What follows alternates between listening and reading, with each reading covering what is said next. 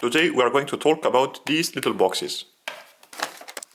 So basically what these are is, technically these are called electronic component assortment boxes, but of course you can use them to store other things than that. And what's nice about them is, first, they're really cheap, and secondly, you can actually change around the little wallet inside to match the size of the components that you need to store. As you saw in the intro, I have quite a collection of these because, well, they actually match the thickness of my main drawer in my desk, so I bought a lot of them from my Chinese website. You can also buy them from Amazon, but basically it's the same factory that produces them, and so you'll just pay more there. What's nice is you can really have one box for one type of thing, and every time you need something, it's always in the same place, in the same compartment, and you don't have to go through a mountain of plastic zip bags that these kinds of components usually come in. Here everything is clean and organized, and as I said before, if you happen to have more of some kinds of components, you can simply remove the inner walls and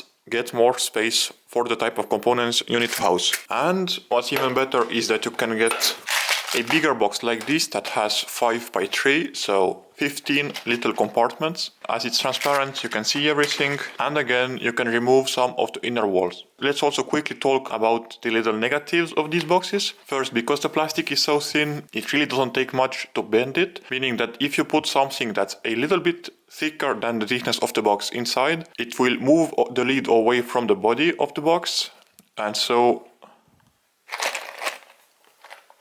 your components won't stay in the slots they're supposed to, and they can actually travel around the box.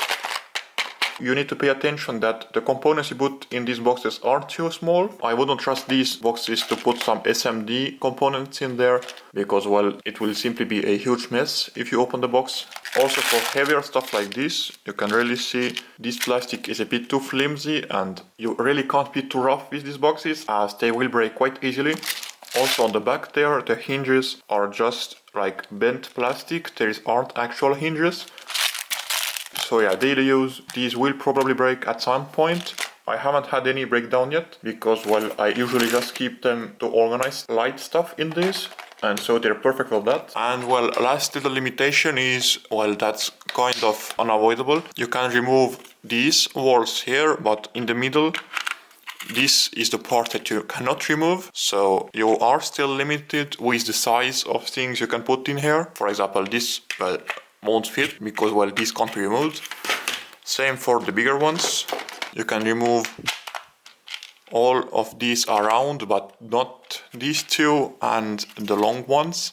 So yeah, you need to be aware of that. But all in all, I'm pretty happy with these boxes, but they really don't cost much. They're perfect to organize little things, and if you're storing something that you really don't use often, you can just take a quick look of the box, see what's inside, and find what you need. And finally, the customizability of these boxes is also a great feature, especially if you have a lot of these. They really make for quite a useful organizing solution. And if you want to see how I made these organizers here, I made a video on my second channel where I build stuff, so I'll put a link for the video in the description below. I hope this video helped you. Thank you for watching, and I will see you in the next one. Bye bye.